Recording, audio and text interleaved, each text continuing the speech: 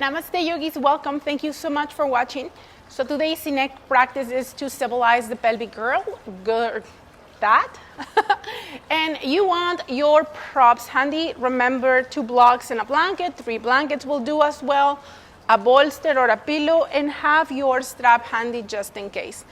If you find that your chair or couch, it's not tall enough to create that 90-degree angle, you can have extra props under your legs, so have blankets or pillows or something that can allow you to have this alignment. So you want your knees right over the hips, and sometimes moving the chair closer to you or ourselves moving against the chair or couch will do. The same for your neck. You want to make sure that you create that alignment of the neck. There is neutrality going on here, so you want a little bit of a curve, but not so much that it feels like your head is falling back. And you want to make sure that you're not flattening the neck so it is touching the floor. So that's super important. Then allow your shoulder blades to move together and then pull them down. Bring your hands by your sides, palms facing up. So this is your chair Shavasana. Relax your eyes, close them maybe, and bring the awareness down to your feet. And right here, you want to relax your feet. Start by checking with your toes, relax them completely. Sometimes when we move them and then we let them go, it's easier to connect with those areas of the body. Usually we don't think much about our feet. Notice your foot soles. Notice the top of your feet. Notice your ankles. Notice your lower legs. Notice your knees. Notice your thighs. Your glutes. And just allow your hips to sink heavily on the floor. Pay attention if you feel even or you feel one side of your body closer to the ground. Sometimes we have a pelvic rotation going on, and then you can tell because you will feel one side of your body touching and the other one not so much. Notice the curvature of the spine. So some of you are already flat on the floor, especially if you have been doing chair Shavasana for a long time. It also depends on the shape of the spine. And some of us will still have somewhat an arch somewhere along the spine. Many of us will never be able to release the spine fully onto the floor. And it is important that you recognize that there is a way to help that to happen, and that is tucking your tailbone or creating a little bit of a posterior tilt. With a blanket or a block, you can help that by placing it just at the edge of the sacrum, just more towards your glutes. So you really don't want to feel like your body is on the prop. It just helps to keep the flesh off the ground, and it will allow for a little bit of a tuck. And that can help you to release your back on the ground, that's exactly what we are aiming in this position.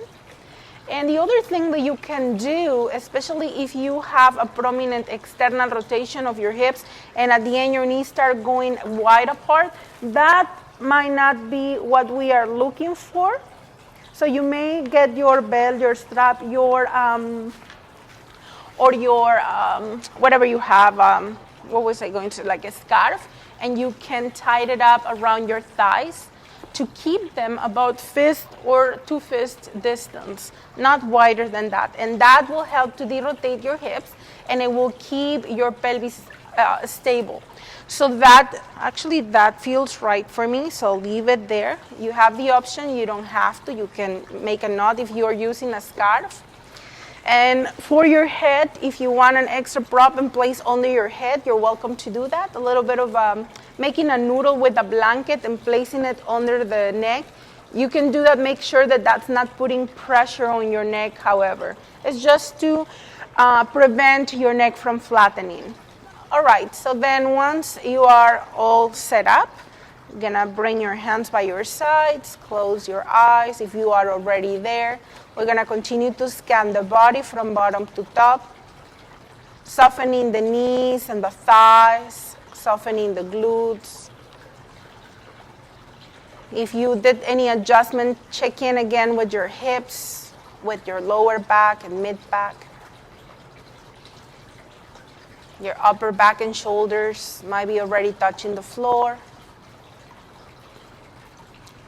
Maybe move your head gently side to side, just creating a nice balance for your neck, finding the perfect spot at the back of the head that will support your neck into alignment with the rest of the spine. Feel the weight of your arms and your hands, let them be soft. Allow your fingers to curl naturally into your palms. No tension, no effort, just relaxation. And then we begin to observe the breath. And each day we will notice that the breath is different. Sometimes the breath is full and deep, and depending what is going on in our lives, it will be shown to us through the breath. If the breath is choppy, then maybe we are in that fear place, that anxiety state, and we want to get out of there. Sometimes even happy thoughts or trying to get ahead of time, fixing or planning what am I going to do when this or that, can create certain anxiety that changes the pattern, the breathing pattern. It becomes short and shallow. So notice that. We want to promote a deep and full breath, but it's true that not always happens right away. So if you find that your inhalations are very poor, I invite you to elongate your exhalations. Make sure that you allow all the air out. Inhale as much as your body allows you to inhale. No forcing anything. And exhale, elongate your exhalation. So when you think you have released all air, continue to breathe out. Elongate the action of exhaling. And sometimes you will be surprised how much air comes out. And then soften your belly. Expand it as you breathe in. Even if you don't feel the air is going down, that's okay. We just allow the body, we train the body and prepare it for when prana is ready to go deeper down, deeper into your body. When you exhale, follow the exhalation and elongate it. Just really getting those remainings of breath out. Draw the navel gently in. Inhale.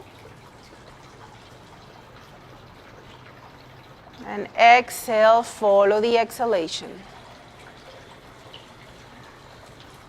And we might inhale for 1, 2, 3, 4. Exhale 8, 7, 6, 5, 4, 3, 2, 1. Inhale 1, 2, 3, 4. Exhale 8, 7, 6, 5, 4, 3, 2, 1. Inhale 1, 2, 3, 4. Exhale 8, 7, 6, 5, 4, 3, 2, 1. Inhale 1, 2, 3, 4. Exhale 8, 7, 6, 5, 4, 3, 2, 1. 3 more breaths on your own. You don't need to count in Spanish, but you're welcome to do so.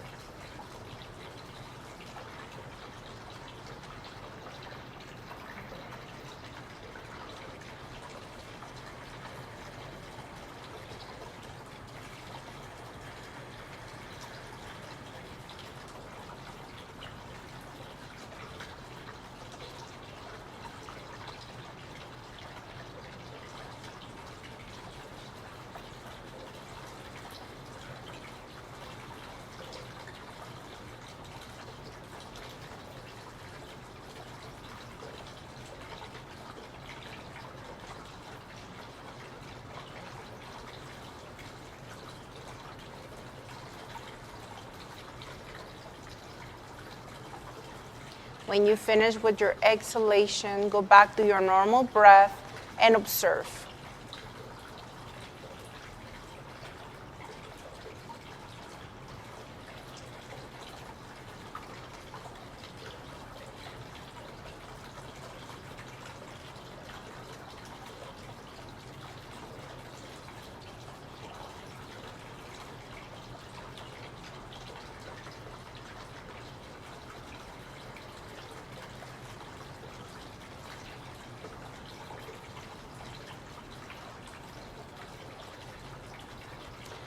Breathe in, expand.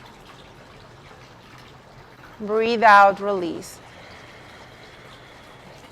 Next time you inhale, wiggle your fingers and move your arms out to the sides at a T position. Adi Mudra, so bring your thumbs inside your fist. Soft Mudra. Bend your elbows and press your elbows onto the floor as you take your next inhalation. Press gently, elbows onto the floor. Don't press your thumb. Notice if your hands are trying to do the work of the shoulder blades and shoulders. So you want to press the elbows and think about moving the wings, the scapula, towards the center of the back, towards each other. As you exhale, bring your arms towards the sky. Push your fist towards the sky and draw your shoulder blades away from each other. Don't tense your mudra, your hand position. As you inhale, elbows down towards the floor and gently press them down, gently. Draw your blades together, watch for your neck, don't let it tense. When you exhale, arms reach up and push your fists up, drawing your blades apart. Continue at your own pace. The slower you breathe and move, the better.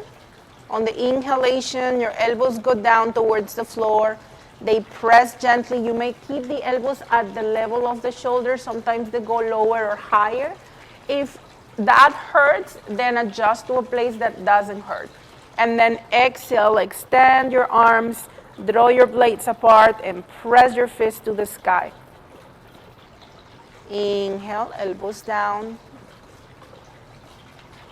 And exhale, extend, and press your fist up. Now, once you find your own rhythm, think about your body. What parts of the body are trying to help the shoulder girdle? So we do want to keep the feet and the legs relaxed. We want to keep the glutes and the abdomen relaxed. Notice if your rib cage pops forward when your elbows go out to the sides and towards the floor. That's another thing that we might notice, that we start sending the chest up and we curve the back, and we try not to engage in that. We try to keep it just on the upper body. The other thing that you might notice is that your hands come to touch, so try to keep your hands shoulder width apart as you press up. Keep your jaw relaxed.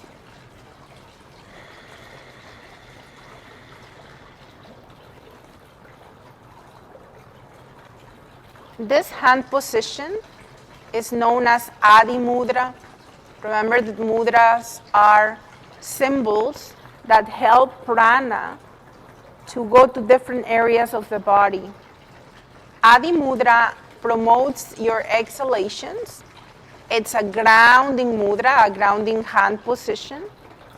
My teacher Friedel used to say that when the thumb is inside the palm, it's like we think of ourselves, wrapping ourselves with our own protective energy. We do want to make sure that we are wrapping ourselves with gentle energy, but that we're not squeezing the thumb so much that we are strangulating ourselves.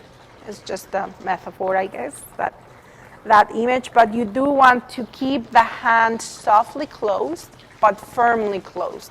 So find that balance. And then notice when the hands are trying to do the work of the shoulders. This is a form of compensation. Notice if you are even able to press the elbows onto the floor without letting the rest of the body help.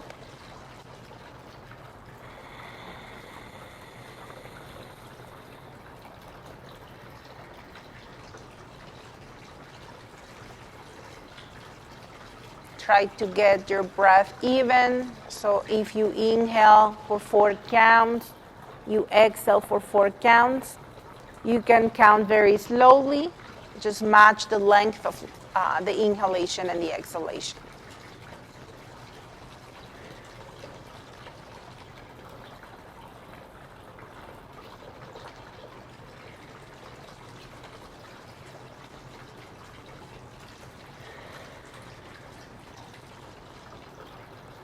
Three more.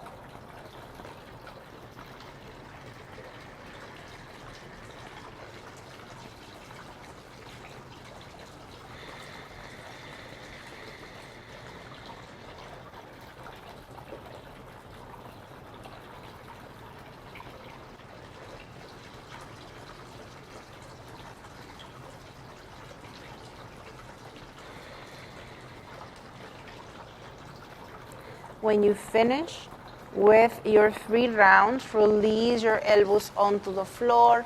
Release your hands, palms may face up. You can stay with your mudra if you want. Observe. And notice what muscles did end up helping. What are your tendencies? How you compensate for movement when a joint or a muscle don't have the range of motion that we are asking for. What are the muscles in your body that come in and help? It's important to recognize that so that we can help to start minimizing all that compensation. Now, when you are ready, bring your hands by your sides at a deep position and bring your thumbs out this time and your fingers in. So your fist is closed, but this time your thumb is out to the sides. Bring your hands out, take a few moments here and breathe.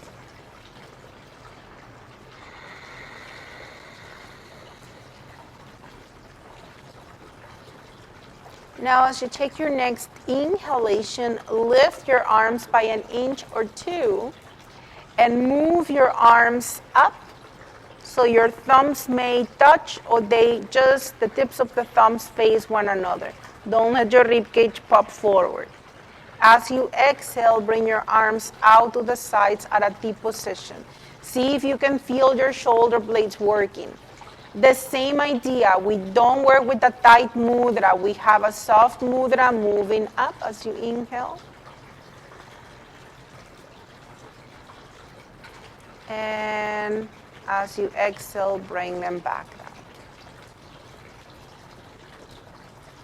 Maybe close your eyes and continue at your own pace. If you already know what muscles are going to try to come in and help, try to scan your body, look for those muscles, and do your very best to relax them.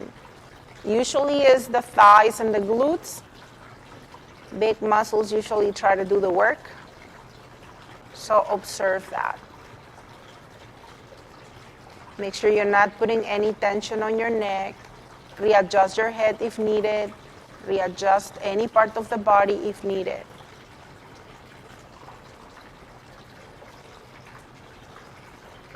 There is no goal of your thumbs touching. And sometimes it's even more challenging not to get them into full range of motion. It's not only more challenging for the body, it's also very challenging for the mind to do less than what we think we should be doing.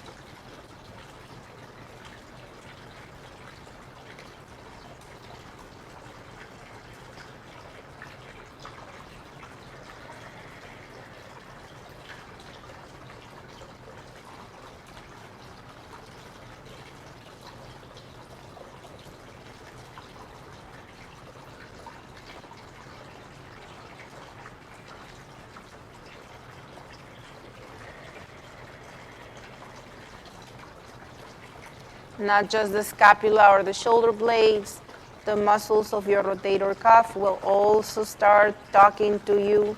Some of you might start feeling your biceps, your triceps. Make sure this is not hyperextending your elbows, so you can micro bend the elbows if it's feeling uncomfortable there. Don't let it pinch or torque.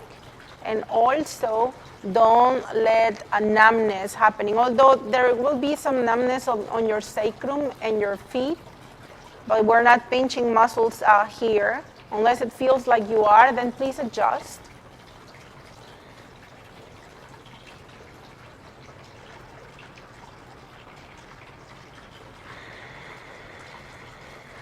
Three more rounds.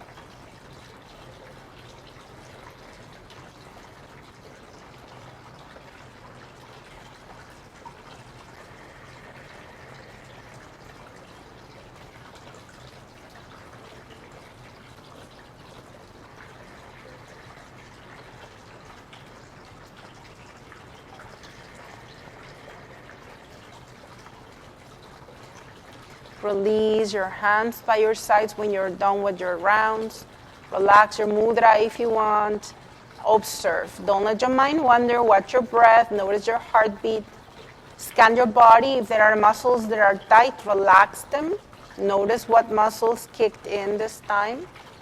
Make sure your jaw is relaxed.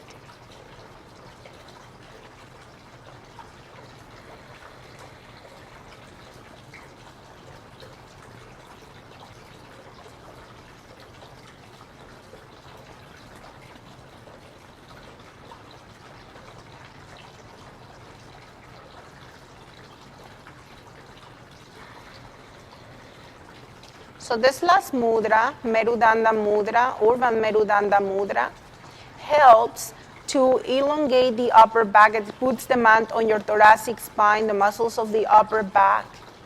It opens up your shoulder in the position that we had our hands. We are going to work now with the internal rotation of the shoulder. So you're going to bring your hands towards the sky. It's still the same mudra. You're going to curl your fingers in and your thumbs point towards each other. Keep your shoulders into its sockets. Relax your feet, your legs, relax your glutes. Inhale deeply here. And as you exhale, move your hands down. And you can pass, you can bring your hands a little wider and pass your legs and go as far down. Once you notice that your back is changing position, you have gone too far. And inhale, arms come back up. Exhale, down.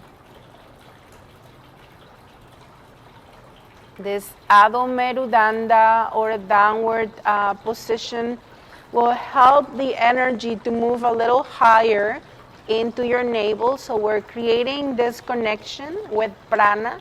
It's not only the alignment of the muscles and the joints, but we're also aligning our source of energy, the channels of energy where prana travels to.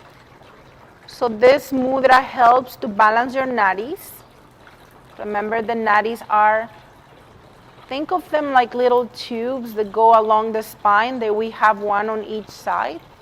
And that's where the energy travels, from the base of the spine to the crown of the head. The energy goes up and down. So when the energy goes up, we know it as prana. When we inhale, we get access to this nurturing energy.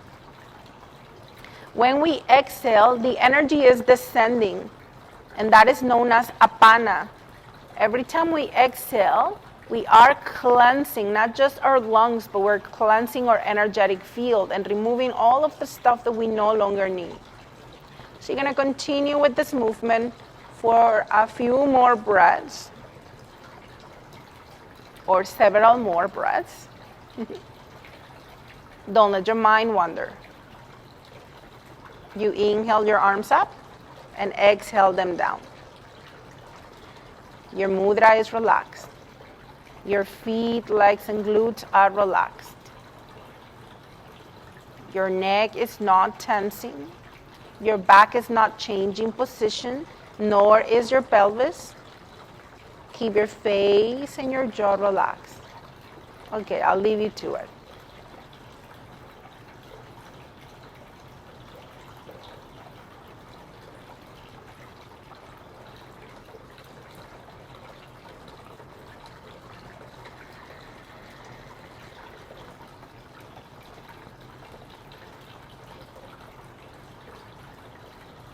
Notice your pectoral muscles engaging.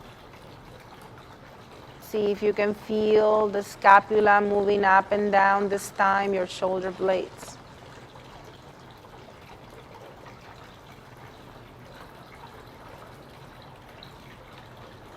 Do 3/4 of your full range of motion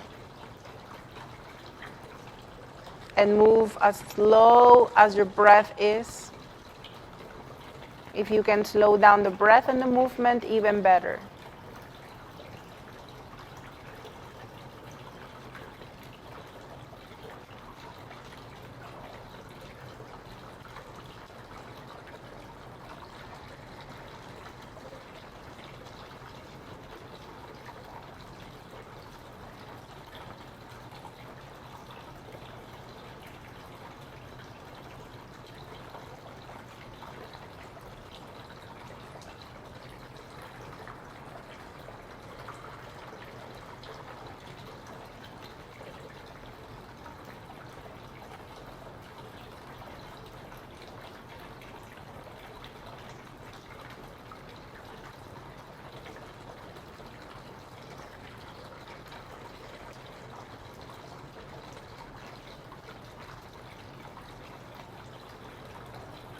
The next time you inhale and bring your arms up, release your mudra, and exhale your arms out to the sides.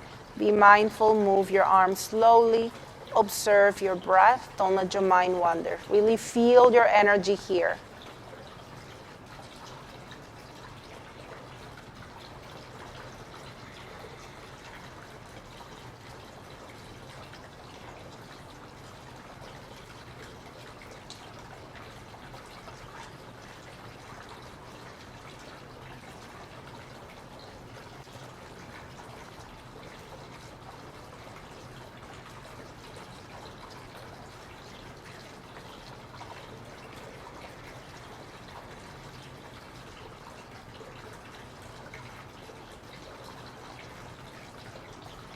Take one more breath, full deep breath.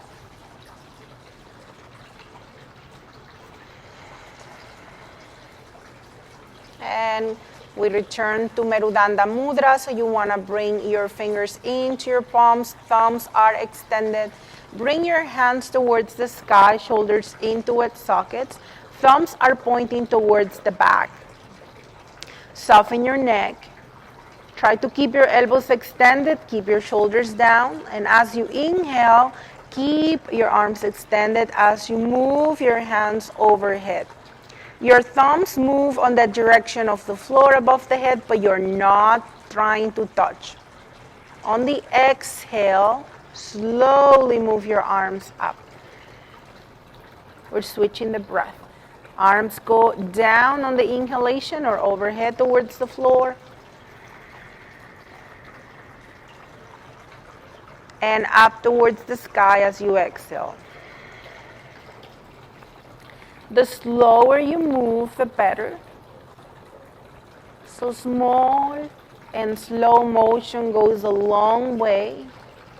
You may already notice that by now. Your hands are going to try to do the work, so they will try to tense. Keep your mudra firm, yet relaxed. Don't tense so much that it cuts circulation. Very important.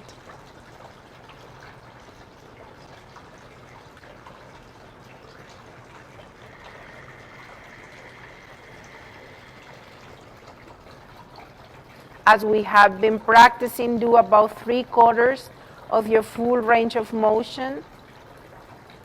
So yes, know that if you use your spine, you will be able to bring your thumbs to the floor. But that's not the goal. The goal is to start working right from the shoulder and stop when your spine is trying to help the shoulder and you start arching it. That's when we catch the compensation and then we stop it. And then we continue. We know what the range of motion is for today and we work from that place.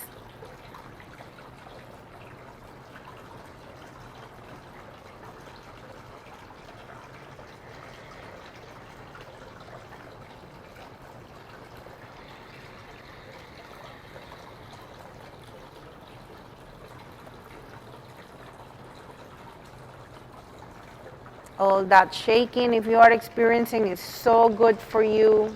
Your stabilizers are waking up. The big muscles are relaxing right now. And if they're trying to help, you pay attention, release them, and move on with your breath.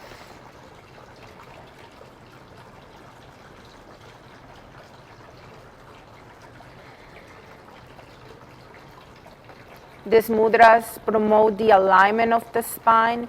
We work from the lumbar spine all the way up into the cervical spine.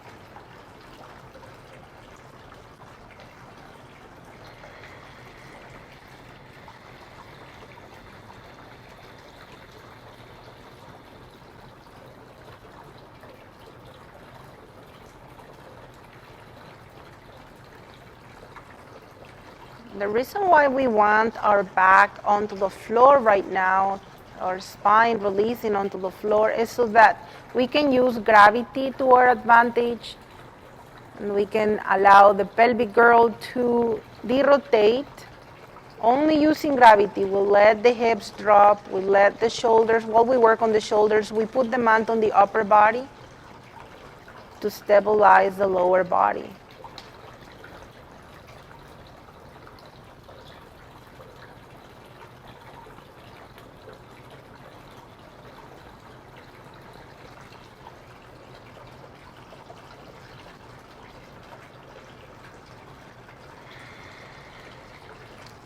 Three more.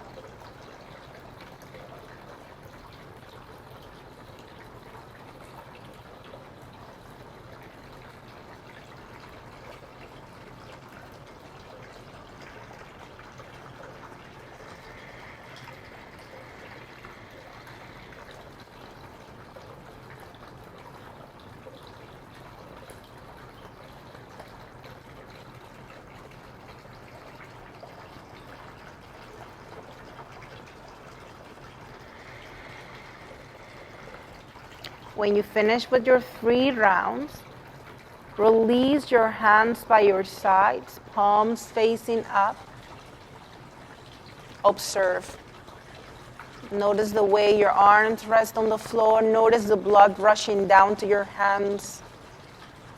Don't miss it. Really watch here what your body's trying to say. Notice what the breath is trying to tell you.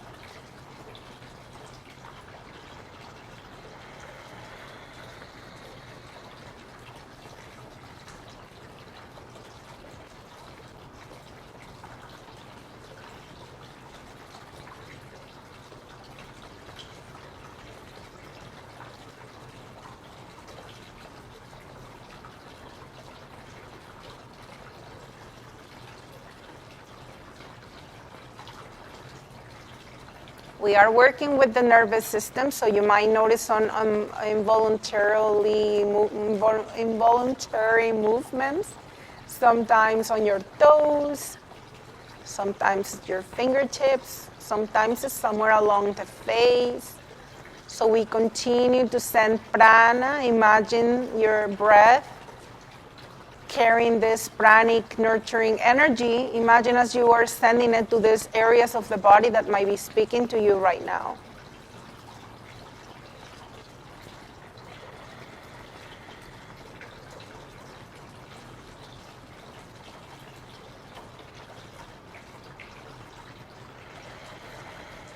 Take one more breath here, full deep breath.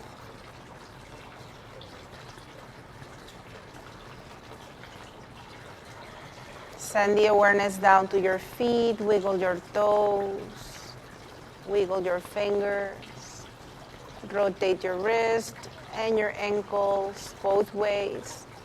And be very mindful as you shift your position. If you have a strap or a scarf around your legs, you might take it out. If you have a blanket on your chair, you might put it down, and be mindful as you push your chair out of the way.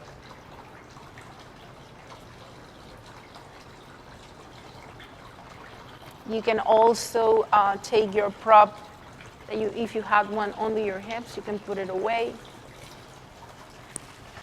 And then extend your legs and observe. Notice how does it feel for you once you extend your legs. We put the mat on the hamstrings, and that will be reflecting on your lumbar spine, on your hips. Some of you might feel the front of your hips very sore. So if that's the case, if there is a lot of tenderness around the pelvic region, around the hips, bend your knees, tuck your tailbone, and keep your knees bent. You can let your knees move towards each other. If you are okay keeping your legs extended and you can breathe through the sensations, we're going to do that for a few more breaths. Hands can be on the floor, or you can bend the elbows and rest your hands on your tummy, the lower parts of your belly. So see if you can send breath right into your hands. Breathing deeply, expand.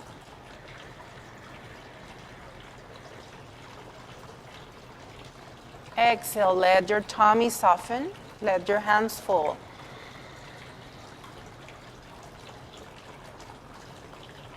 Inhale into your hands.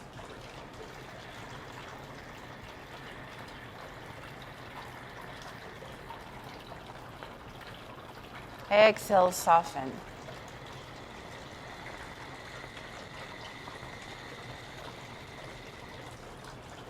Inhale.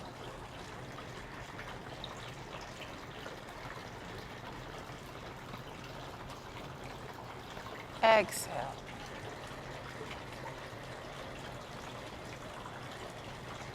Two more breaths.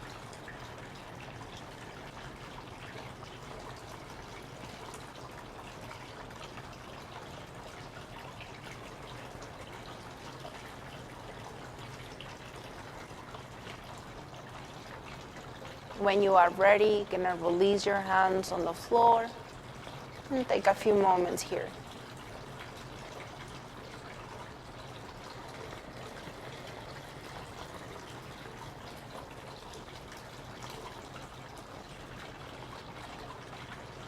On your next breath, bring your legs close together.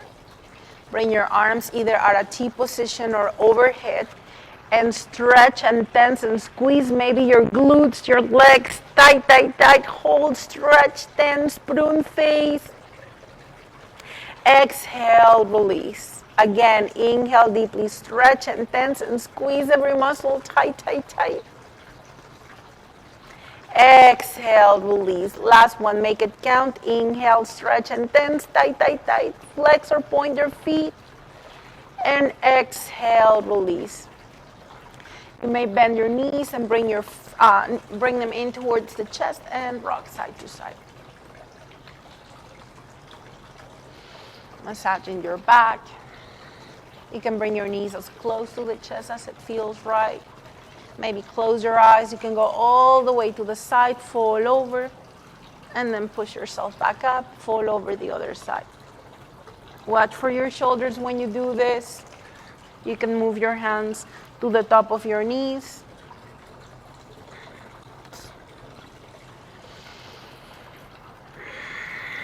And come back to center when you're ready. Rest your feet on the floor and have one of your blankets handy, or your blocks. If you have blocks, you can place 2 blocks between your legs. If you don't have blocks, you can make one with your blankets. You're gonna fold it, and also that there is about 4 inches with the blanket, and then place it in between your thighs. Measure your toes, so you want them to touch, and your heels are slightly wide apart, and then allow your toes to point forward. Now from here, make sure that you're not squeezing the blocks a lot. You're just making, or your blanket, you're just making sure it doesn't fall. Adjust your pelvis. So you want to press your tailbone gently onto the floor, but still get your rib cage down. So there is now a little bit of a curvature on your lower back. Your arms can go at a goalpost posture if you wish, at a T position. If that doesn't feel right, keep them at an A frame somewhere by your hands, by your hips, palms up. Perfect. Now, when you take your next exhalation, squeeze your right glute.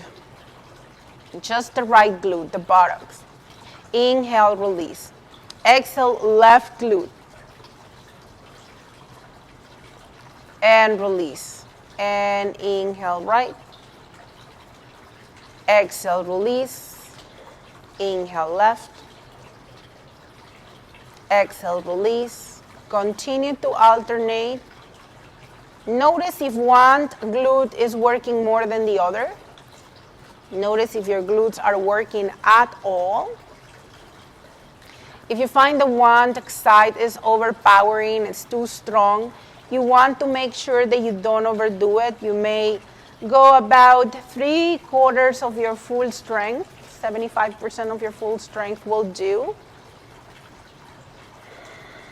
You will keep your breath slow, but maybe speed up the squeeze and release. So we go squeeze, release, squeeze, release, right, release, left, release, squeeze, release, squeeze, release. Find your rhythm.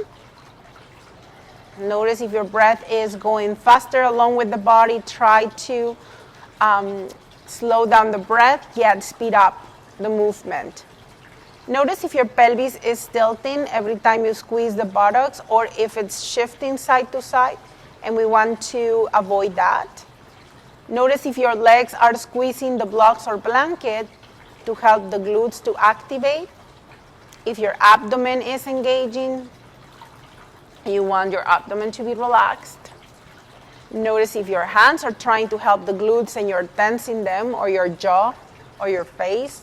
Or maybe it's your feet, your toes are gripping. So you want to try to keep your feet soft, your toes maybe even off the floor. And maybe go even faster. See how fast you can go with your glutes. Squeeze, release, squeeze, release, squeeze, release, squeeze, release. So you might go fast, yet you do less, put less effort into squeezing. You still feel the muscles working. And when you're ready, right and left, relax, breathe. Notice how that affected your breath and your heartbeat and your mind. Your mind didn't like this one. All right. Now we're doing both glutes at the same time. We start slowly and you squeeze a little tighter. Squeeze and release. And squeeze and release. And once more, pay attention if the right or the left work more than the other one. Once you find your dominant side, try to minimize the effort on that one side so that you work with your glutes evenly. The mind will say, no, I will make the other one work as hard as the good side is working, but we're not going to do that. We're going to be kind today with the muscles, with ourselves, and we're going to let that go. And instead of forcing the non-dominant side to catch up, we're going to give it a break and bring your dominant side down a little bit so that you feel even. And that's how we start stabilizing the muscles. Therefore, your joints will start going back where they belong, back to center.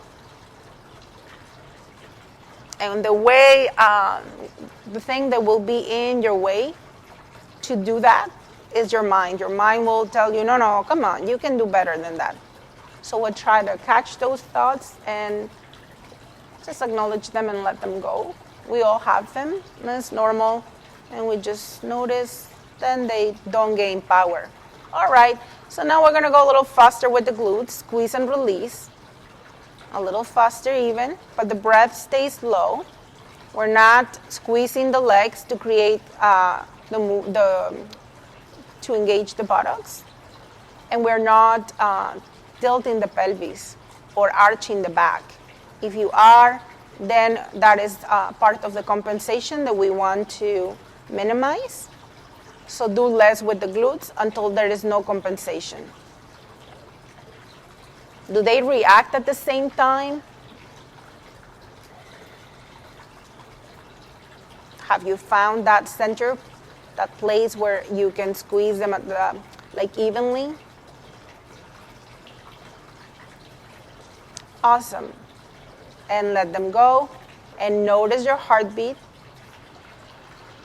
Notice your breath. Notice your thoughts.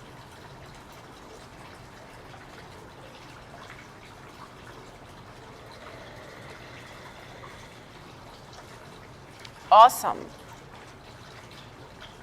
Now we're gonna work with the adductors. Relax your buttocks. You have worked them hard, like a lot now, so now you're gonna let them go. Don't let them squeeze, don't let them get active.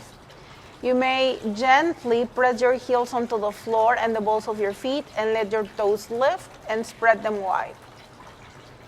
You're not pressing your feet so much that it's changing the position of your pelvis, just gently that you can feel that connection. As you exhale, squeeze your blocks or your blanket with your legs. Inhale, release. Exhale, squeeze. You still have sort of a neutral pelvis, so that means that your hip bones and your pubic bone are at the same level, creating that lower back arch, but still keeping the rib cage grounded, shoulders grounded. Your hands can go on your tummy, can go on your rib cage if it's popping forward, can go by your sides.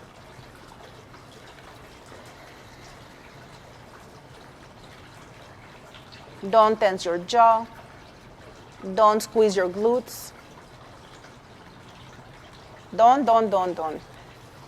Don't tilt your pelvis. And keep your abdomen relaxed.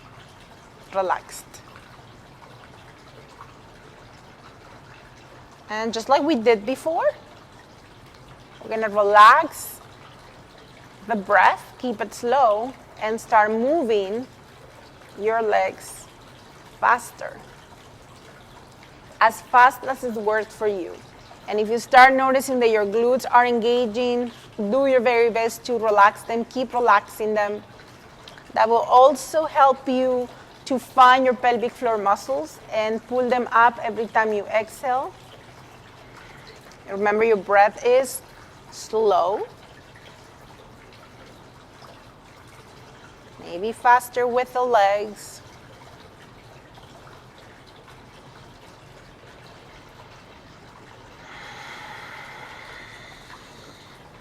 And relax. Put your blocks aside, your blanket aside, extend your legs, hands by your sides, palms facing up, watch. Don't let your mind wander.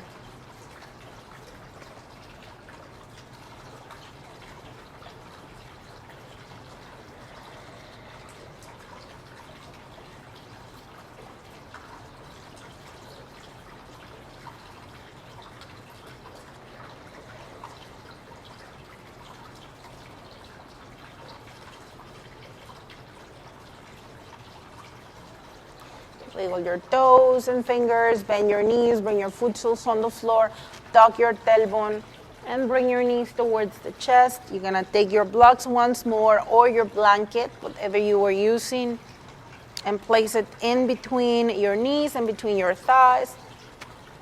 Flex your feet, press your back onto the floor, adjust your head, so make sure that you are not pressing the neck on the floor, or it's not falling back. Okay, hands by your sides, maybe at a goalpost posture or T position. Breathe here.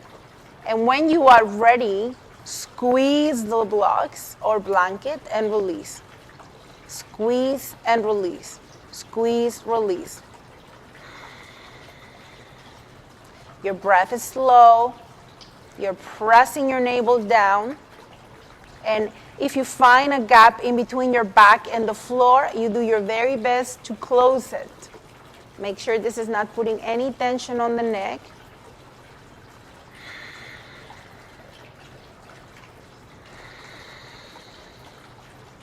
If this is hurting your lower back or your hips, rest your feet on the floor and continue to engage, squeeze and release your blocks with your legs. But even if your feet are on the floor, you continue to press your back onto the floor to engage your core now. Now, when you're ready, relax your legs and squeeze your glutes and release, both. Squeeze and release. Can you squeeze and release your glutes while your legs are here? Can you do it without squeezing the blocks? Are your buckets out already? Those of you who don't know what the bucket is, It's a visualization we have when you feel the need to throw stones at me. You imagine you're putting them into the bucket.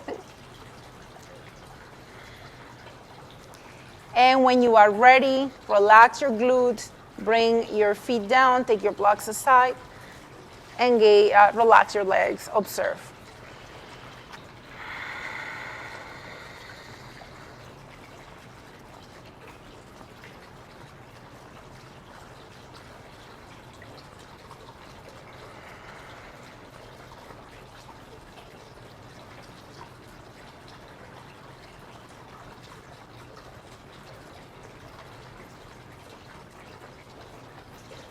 Awesome.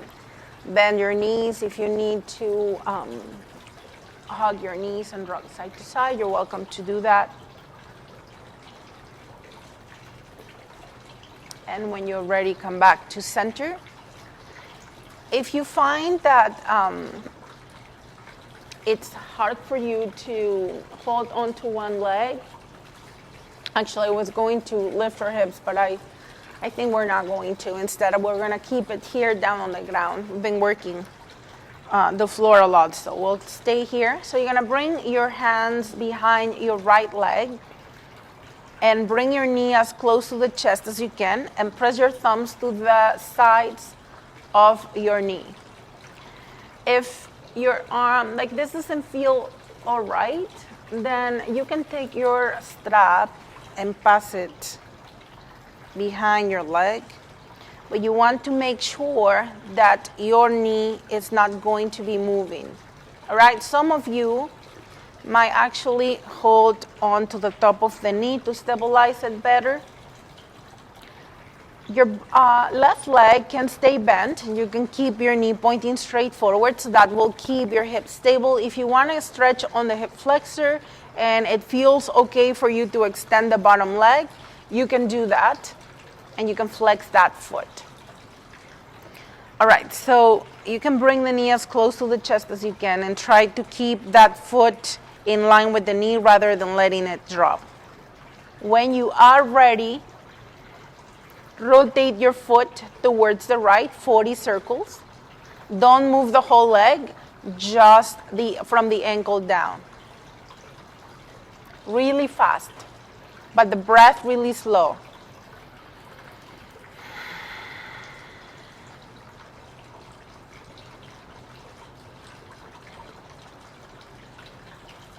Keep your shoulders grounded, keep your rib cage grounded, keep your neck relaxed. When you're done with your 40, you're going to do 40 more on the opposite direction.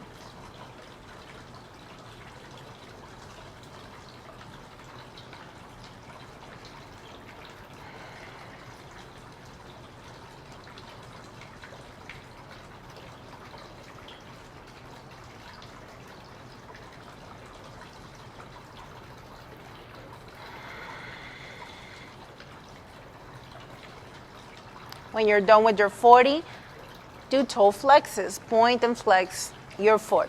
Not just the toes, but the whole foot. 40 more. 40.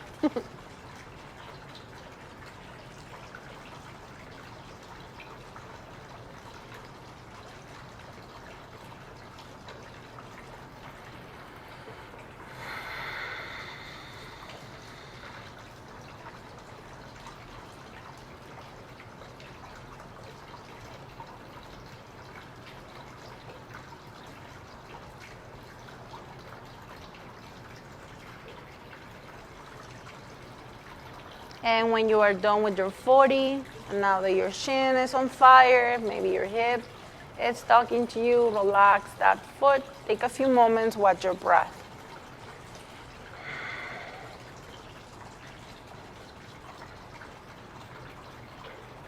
To stabilize the pelvic girdle, we work with the whole body, including the feet. So when you are ready, flex your feet, bring your foot soles on the floor and bring your left knee in. So you can, once again, keep that bottom foot on the floor if you did that on the other side. And those of you who went into extension, you can do that again. hold the hand, the knee, the leg from the back, or hold the knee from the top, or use your strap. Just make sure that the lower leg is not moving, it's just from the ankle. 40 circles to the left, 40 circles to the right, and 40 toe flexes.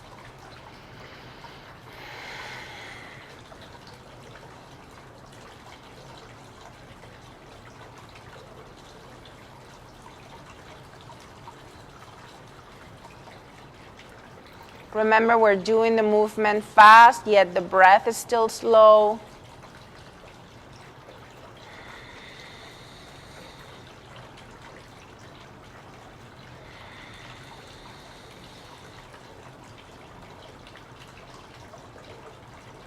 And 40 inwardly. Okay, so notice the communication that you have with your feet. One side is easier and one side doesn't respond as well. For me, the left foot, I don't know if you can see, but it doesn't want to do what I'm telling it to do. So this is a great way to check what your left hip is doing. So the connection with your foot and your hip is it's very close. So if your foot is not working properly, chances are that your hip is not either. Something is going on, and vice versa. This will also have an effect on the knee. So we might be torquing the knee without knowing, depending on the position of the feet and the hip. So it's not to criticize or judge, but to really notice what the body is doing, and so that we can work in correcting it. And when you're ready, we're not point and flex.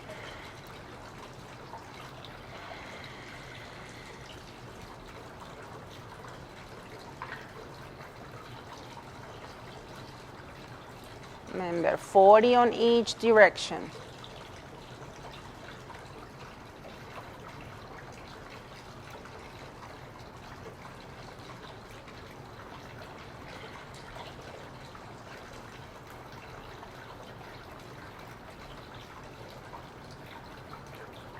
When you are done with your rounds, release your foot on the floor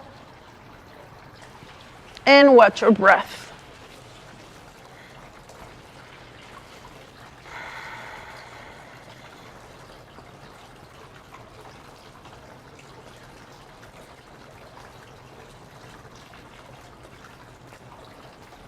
Bend your knees, bring your foot soles on the floor, and move on to your favorite side. Take a few moments here.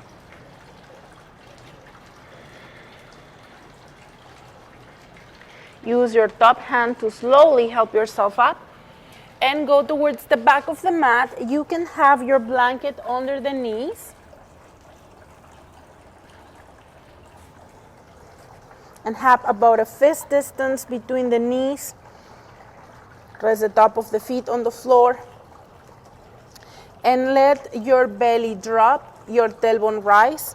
You can move your hands like about a hand distance forward and shift your weight forward so your shoulders land over the wrists, and draw your shoulders up, your chest down, going onto the shoulder dip. Maybe let your head dangle. Your hips end up being slightly in front of the hips, not right over them, never behind them. So always checking that you're shifting your weight forward a little bit. That will promote that anterior pelvic tilt. If you have wrist problems, go on your elbows. Make sure your elbows land right below the shoulders. You can flip your palms up too if you rather. And still keep your shoulders over the elbows and relax. But if you're comfortable here on your hands, we're going to stay up here. Keep your elbows fully extended. Go onto your shoulder dip and hang out here. Your tummy is soft.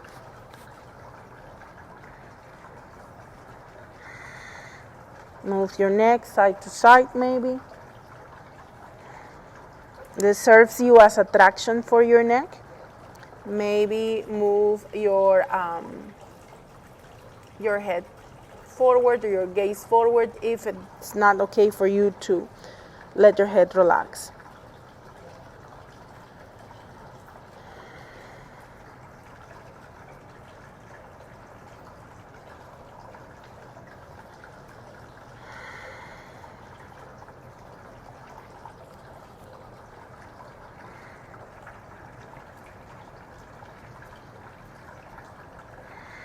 Your shoulder blades are moving towards each other. Maybe the eyes of your elbows or the pits of the elbows are facing forward. If you look at your hands, you want your middle finger pointing forward, your thumbs pointing one another, and you don't want your pinkies extending too far out to the sides because that can hurt them.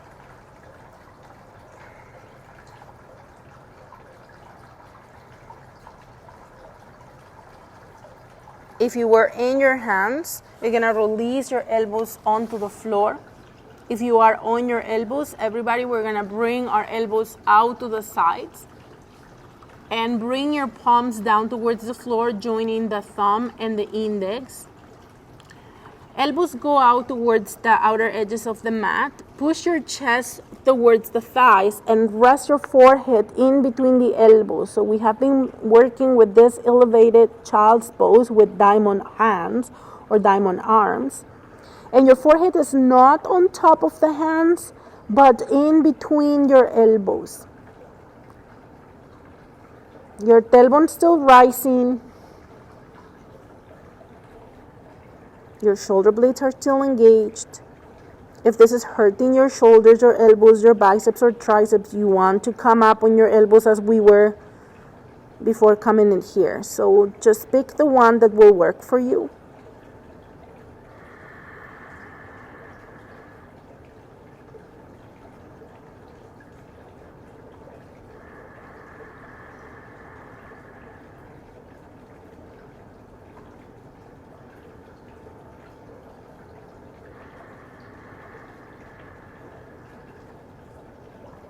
Take one more breath, full deep breath. With control, lift your head, bring your elbows closer together, walk them in towards your body, come up on your hands.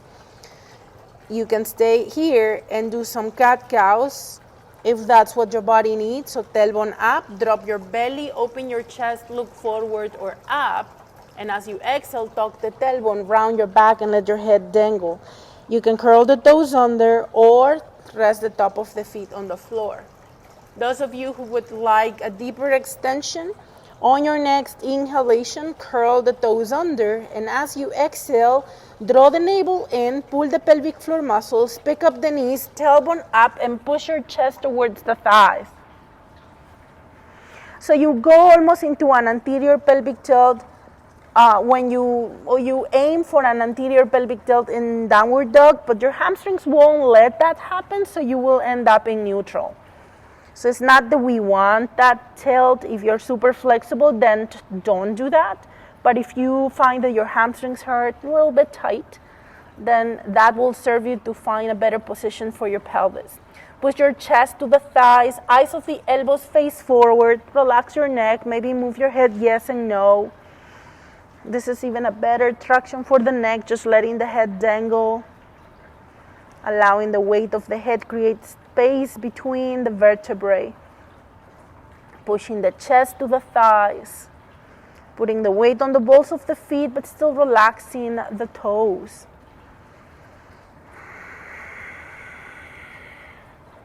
Equal weight on left and right.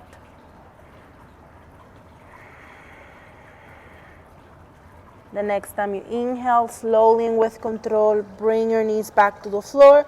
Those of you on cat-cow, come back to tabletop. And we're going to find our way onto our backs. So you are welcome to have your pillow or your bolster under the legs, under the knees.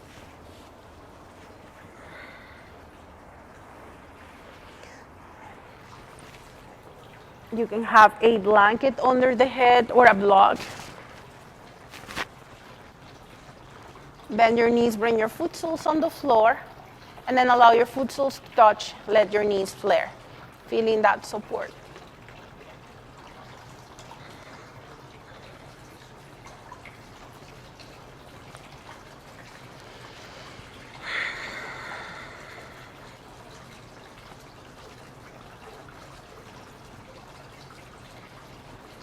And pay attention to the sensations of your body.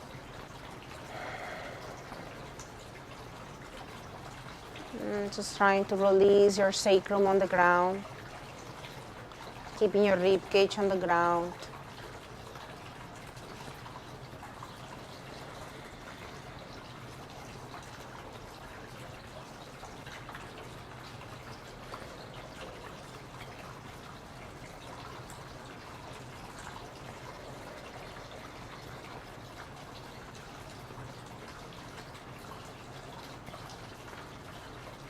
On your next breath, bring your knees up and extend your legs either on your bolster or straight down on the floor. Breathe.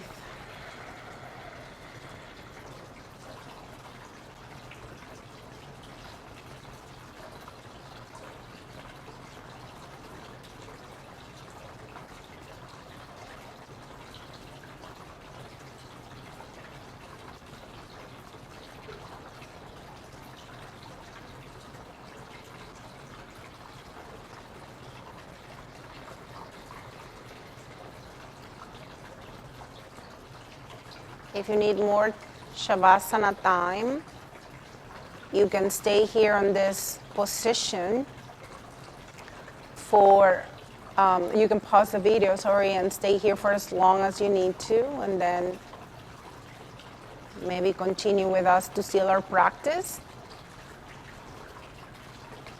If you are okay to move on, we're going to take 3 more breaths then.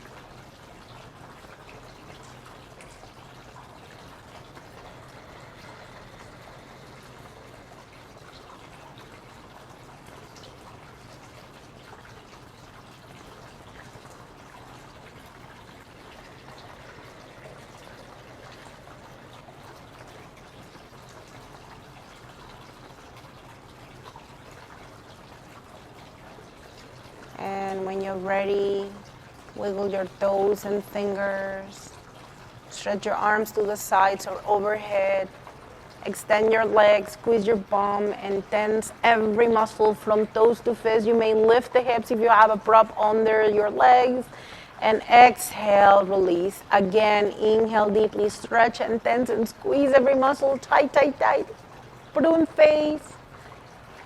Exhale, release. Last one, make it count. Inhale deeply, stretch and tense and squeeze. And exhale, release. You can move your prop out of the way if you need to. Move onto your side. Take a few moments here.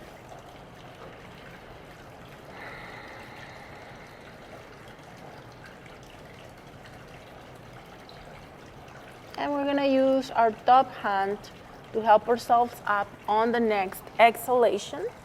So from our seated position, you can sit on your bolster if you want, or if you have a pillow or blocks or blankets, you can go ahead and sit on them just to keep your hips a little higher. You can also go cross-legged. You can sit on your chair if you prefer, if this is not comfortable today. And once here, maybe cross-legged position, you want to tilt your pelvis forward a little bit. So you have a little arch on your lower back. Bring your hands together at the center of the heart. Roll your shoulders back and down. Close your eyes for a few moments and watch your breath.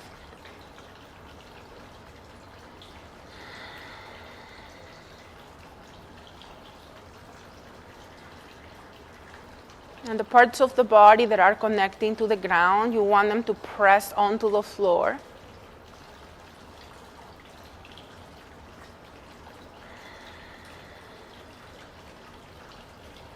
You want your shoulders over the hips. Relax your jaw and your face.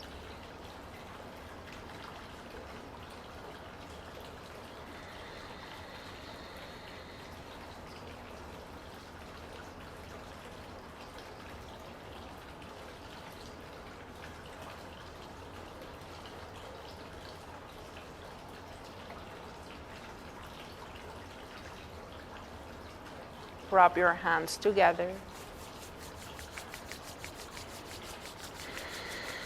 Keep breathing slowly and mindfully.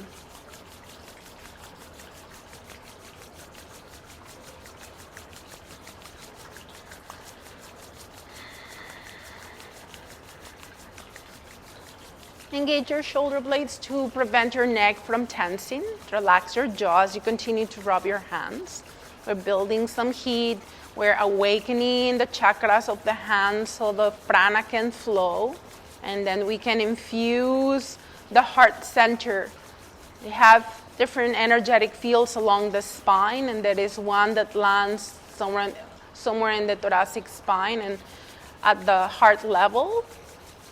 This is known as Anahata chakra, or the heart center, we call it as well. It's at the center of the chest at a heart level. So that's where you're going to place your left palm and bring your right palm on top of the left, on the left hand. Interlock or interlace your thumbs and rest your hands against your sternum. Just somewhere along at a heart level, or maybe a little higher, that's okay. Relax your shoulders back and down. Relax your jaw, your face. And you may notice the heat. Some of you, all of those who are energy workers, they are tuning your energetic fields already. You might notice the energy flowing through your hands. Think about your hands infusing this heart center, this Anahata chakra. This is the energy field of love and compassion and kindness and forgiveness.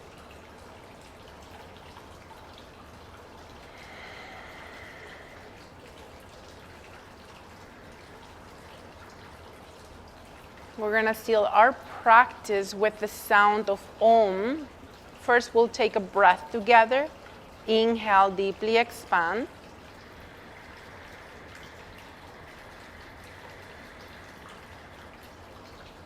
Exhale.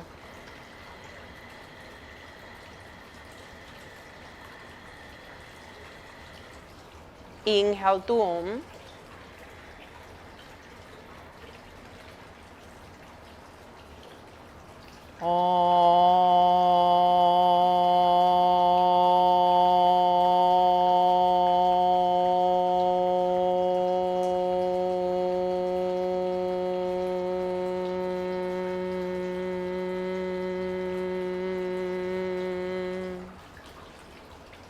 You might felt or still feel the vibration on your hands and your heart.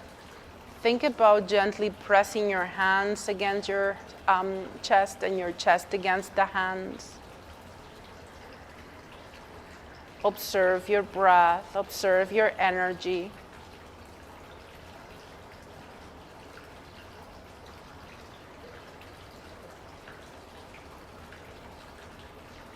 The sound and vibration of Om can help us to tone the nervous system, to calm the mind. It shakes off all that energy that we don't need in our field anymore. Garuda Mudra, this mystical bird position of the hands, promotes belly breaths, and it allows more oxygen into your lungs. It's like you're stretching your diaphragm so that it moves and expands every time you breathe in, and it moves down, massaging your organs, and just absorbing more nurturing, healing, pranic energy.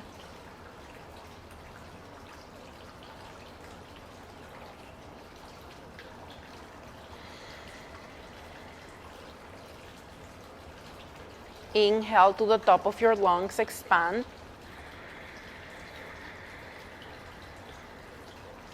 Side out. Inhale deeply, expand.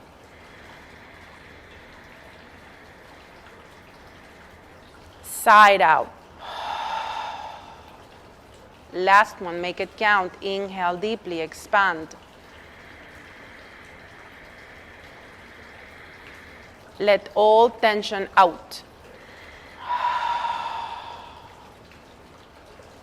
Notice your breath. Bring your hands together to heart center in Angelic Mudra or Namaste position. Tuck your chin onto your chest and blink your eyes open. Wrap your hands together, creating more energy. Use that energy and shower yourself all around you. Just sparkle yourself with prana. And remember to use the same energy to shake off whatever is that no longer serves you. Just shake it off. Don't take it with you. Thank you so much for watching. Have a wonderful day. Namaste.